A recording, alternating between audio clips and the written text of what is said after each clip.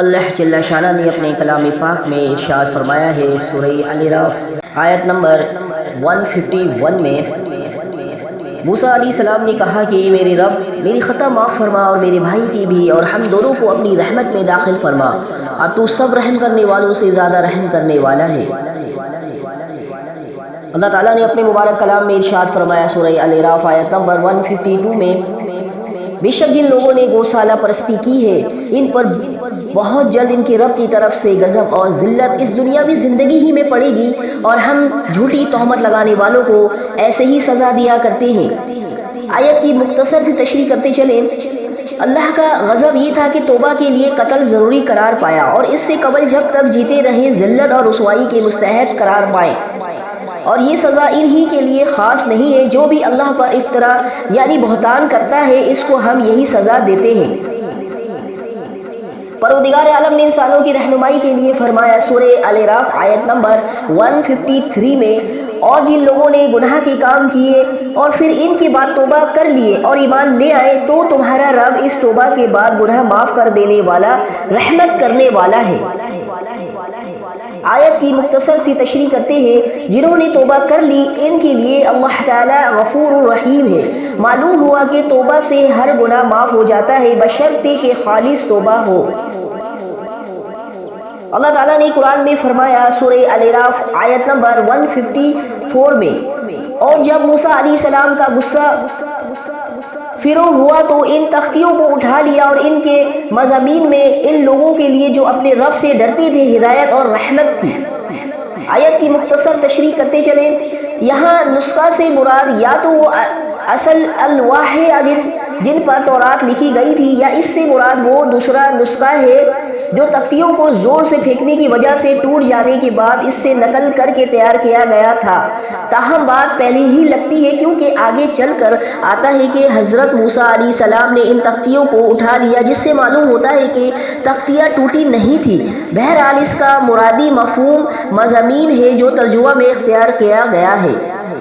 تورات کو بھی قرآن کریم کی طرح انہی لوگوں کے لیے ہدایت اور رحمت قرار دیا گیا ہے جو اللہ سے ڈرنے والے ہیں، کیونکہ اصل فائدہ آسمانی کتابوں سے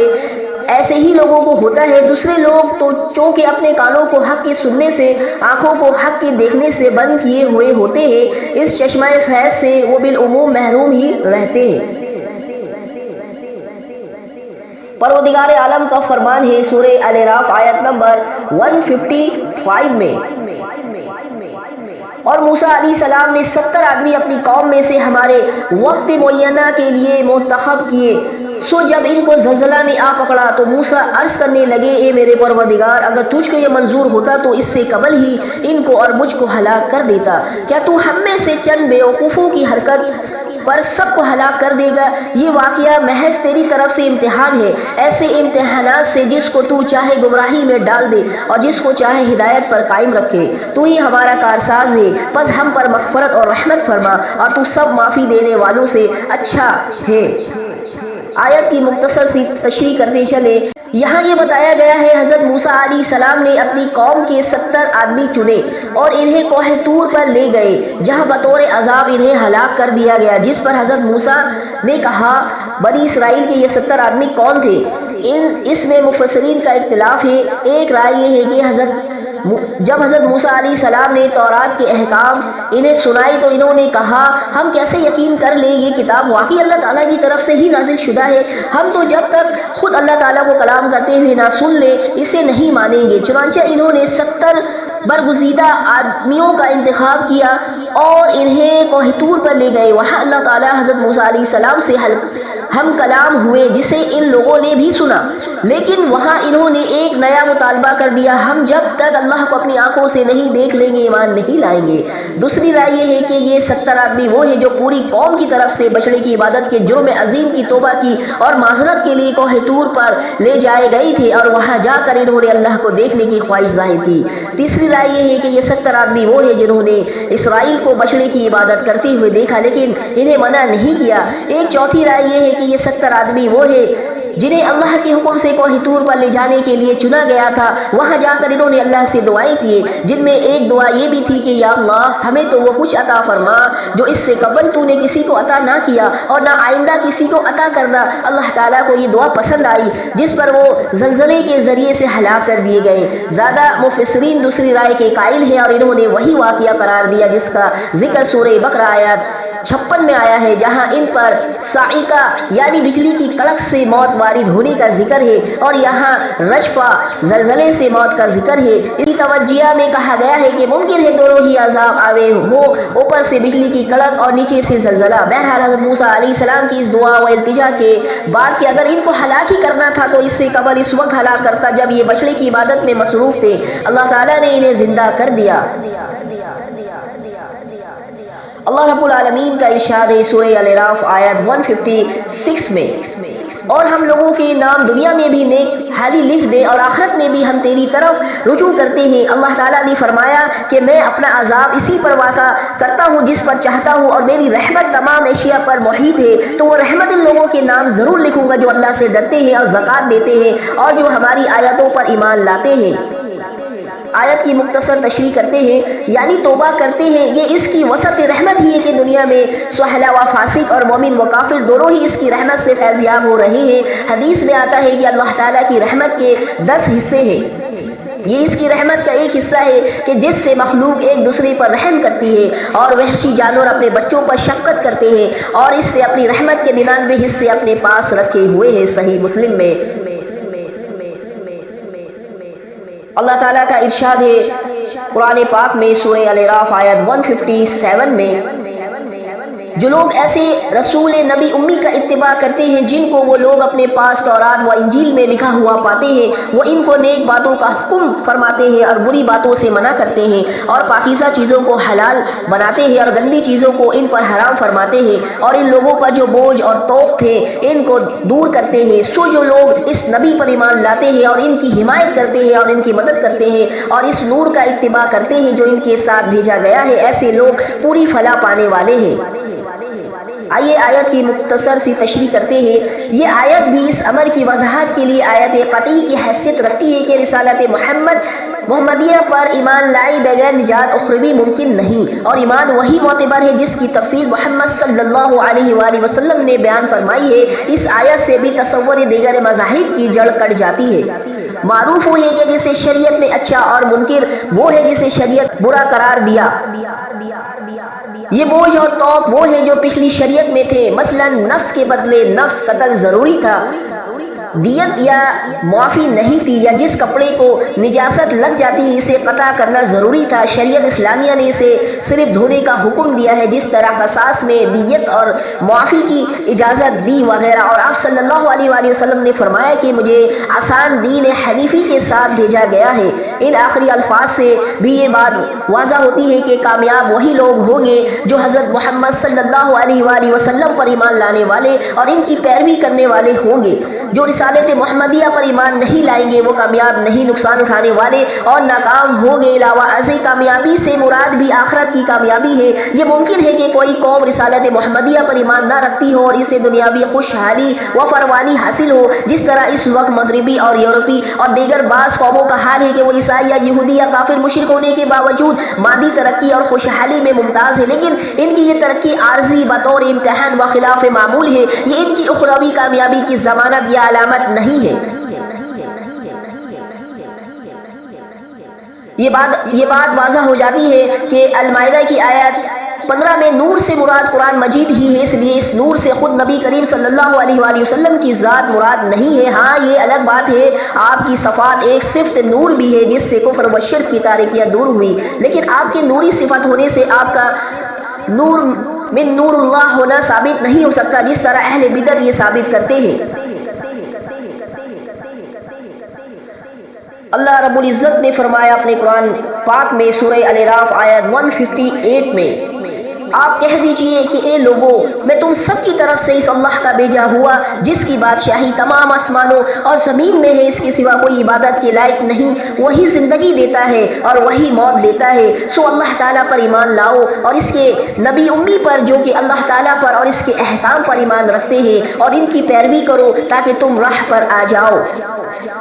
آئیے اس آیت کی تشریح کرتے ہیں مختصر سی۔ یہ آیت بھی رسالت محمدیہ کی عالمگیر رسالت کے اسبات میں بالکل واضح ہے۔ اس میں اللہ تعالیٰ نے نبی کریم صلی اللہ علیہ وآلہ وسلم کو حکم دیا، آپ صلی اللہ علیہ وآلہ وسلم کہہ دیجئے اے کائنات کے انسانوں، میں سب کی طرف اللہ کا رسول بنا کر بھیجا گیا ہوں۔ یوں آپ صلی اللہ علیہ وآلہ وسلم پوری بنی نوع انسانی کے نجات دہندہ اور رسول ہے۔ آپ نجات اور ہدایت نہ عیسائیت میں ہے، نہ یہودیت میں، نہ کسی اور مذہب میں۔ نجات اور ہدایت اگر ہے تو صرف اسلام کے اپنانے اور اسے ہی اختیار کرنے میں ہے۔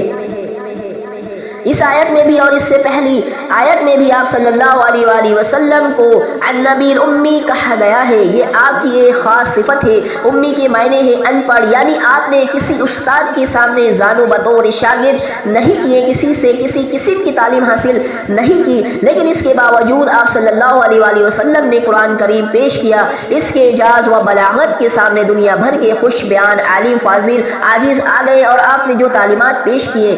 ان کی صداقت و حقانیت کی ایک دنیا اعتراف کرتی ہے، جو اس بات کی دلیل ہے کہ آپ واقعی اللہ کے سچے رسول ہیں، ورنہ ایک ان پڑھ نہ ایسا قرآن پیش کر سکتا ہے اور نہ ہی ایسی تعلیمات بیان کر سکتا ہے جو عدل و انصاف کا بہترین نمونہ اور انسانیت کا فلاح و کامرانی کے لیے ناگزیر ہے۔ انہیں اپنائے بغیر دنیا حقیقی امن سکون اور راحت و عافیت سے ہمکنار نہیں ہو سکتی۔ اللہ جل شانہ نے اپنے کلام پاک میں ارشاد فرمایا ہے سورہ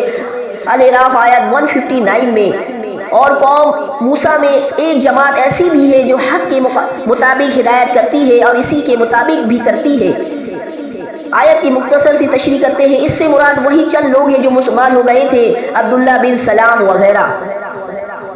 اللہ تعالیٰ نے اپنے مبارک کلام میں ارشاد فرمایا سورہ الاعراف آیت 160 میں، اور ہم نے ان کو 12 خاندانوں میں تقسیم کر کے سب کی الگ الگ جماعت مقرر کر دی، اور ہم نے موسیٰ علیہ السلام کو حکم دیا جبکہ ان کی قوم نے ان سے پانی مانگا، اپنی عصا کو فلاں پتھر پر مارو، پس فوراً اس سے 12 چشمے پھوٹ نکلے۔ ہر شخص نے اپنے پانی پینے کا موقع معلوم کر لیا، اور ہم نے ان پر ابر کا سایہ فگن کیا اور ان کو من و سلوہ پہنچائے، کھاؤ نفیس چیزوں سے جو کہ ہم نے تم کو دی ہے، اور انہوں نے ہمارا کوئی نقصان نہیں کیا لیکن اپنا ہی نقصان کرتے تھے۔ آیت کی مختصر سی تشریح کرتے چلے۔ اسبات صفت کی جمع ہے بمعنی پوتا، یہاں اسبات قبائل کے معنی میں ہے، یعنی حضرت یعقوب علیہ السلام کے 12 بیٹوں سے 12 قبیلے معارض وجود میں آئے۔ ہر قبیلے میں اللہ تعالیٰ نے ایک نقیب یعنی نگران بھی مقرر فرما دیا۔ یہاں پر اللہ تعالیٰ ان 12 قبیلوں کی بعض صفت میں ایک دوسرے سے ممتاز ہونے کی بنا پر ان کے الگ الگ گروہ ہونے کو بطور احسان کے ذکر فرما رہا ہے۔ خالق کائنات کا ارشاد ہے سورہ الاعراف آیت 161 میں، اور جب ان کو حکم دیا گیا تم لوگ اس آبادی میں جا کر رہو اور کھاؤ اس سے جس جگہ تم رغبت کرو، اور زبان سے یہ کہتے جانا کہ توبہ ہے اور جھکے جھکے دروازے میں داخل ہونا، ہم تمہاری خطائیں معاف کر دیں گے، جو لوگ نیک کام کریں گے ان کو مزید برآں اور دیں گے۔ اللہ سبحانہ وتعالیٰ کا فرمان ہے سورہ الاعراف آیت 162 میں، سو بدل ڈالا ان ظالموں نے ایک اور کلمہ جو خلاف تھا اس کلمہ کے جس کی ان سے سفارش کی گئی تھی، اس پر ہم نے اس پر ایک آسمانی آفت بھیجی اس وجہ سے کہ وہ حکم کو ضائع کرتے تھے۔ اللہ رب العالمین کا ارشاد ہے سورہ الاعراف آیت 163 میں، اور آپ ان لوگوں سے اس بستی والوں کا جو کہ دریائے شور کے قریب آباد تھے اس وقت کا حال پوچھئے، جبکہ وہ ہفتے کے بارے میں حد سے نکل رہے تھے، جبکہ ان کے ہفتے کے روز تو ان کی مچھلیاں ظاہر ہو کر ان کے سامنے آتی تھی، اور وہ ہفتے کے دن نہ ہوتا تو ان کے سامنے نہ آتی تھی۔ ہم ان کی اس طرح پر آزمائش کرتے تھے اس سبب سے کہ وہ بے حکمی کیا کرتے تھے۔ آئیے آیت کی مختصر تشریح کرتے ہیں۔ یعنی ان سے پوچھیے، اس میں یہودیوں کو یہ بتانا بھی مقصود ہے کہ اس واقعے کا علم نبی کریم صلی اللہ علیہ وآلہ وسلم کو بھی ہے، جو آپ صلی اللہ علیہ وآلہ وسلم کی صداقت کی دلیل ہے، کیونکہ اللہ کی طرف سے وحی کے بغیر آپ صلی اللہ علیہ وآلہ وسلم کو اس واقعے کا علم نہیں ہو سکتا تھا۔ اس بستی کی تعین میں اختلاف ہے، کوئی اس کا نام ایلا، کوئی تبریہ، کوئی ایلیا اور کوئی شام کی کوئی بستی جو سمندر کے قریب تھی بتلاتا ہے۔ مفسرین کا زیادہ رجحان ایلیا کی طرف ہے، جو مدین اور کوہ طور کے درمیان دریائے قلزم کے ساحل پر تھی۔ حیتان حوت مچھلی کی جمع ہے، شرن شارعی کی جمع ہے، معنی ہے پانی کے اوپر ابھر کر آنے والیاں۔ یہ یہودیوں کے اس قلعے کی طرف اشارہ ہے جس میں انہیں ہفتے والے دن مچھلیوں کا شکار کرنے سے منع کر دیا گیا تھا، لیکن بطور آزمائش ہفتے والے دن مچھلیاں کثرت سے آتی اور پانی کے اوپر ظاہر ہو کر انہیں دعوت شکار دیتی، اور جب یہ دن گزر جاتا تو اس طرح نہ آتے۔ بالآخر یہودیوں نے ایک حلیہ کر کے حکم الہی سے تجاویز کیا کہ گڑھے کھود لیے تاکہ مچھلیاں اس میں پھنسی رہے، اور جب ہفتے کا دن گزر جاتا تو پھر انہیں پکڑ لیتے۔ اللہ عز و جل نے اپنے قرآن پاک میں ارشاد فرمایا سورہ الاعراف آیت 164 میں، اور جب کہ ان میں سے ایک جماعت نے یوں کہا کہ تم ایسے لوگوں کو کیوں نصیحت کرتے ہو جن کو اللہ بالکل ہلاک کرنے والا ہے یا ان کو سخت سزا دینے والا ہے؟ انہوں نے جواب دیا کہ تمہارے رب کے روبرو عذر کرنے کے لیے، اور اس لیے کہ شاید یہ ڈر جائے۔ آیت کی مختصر تشریح کرتے ہیں،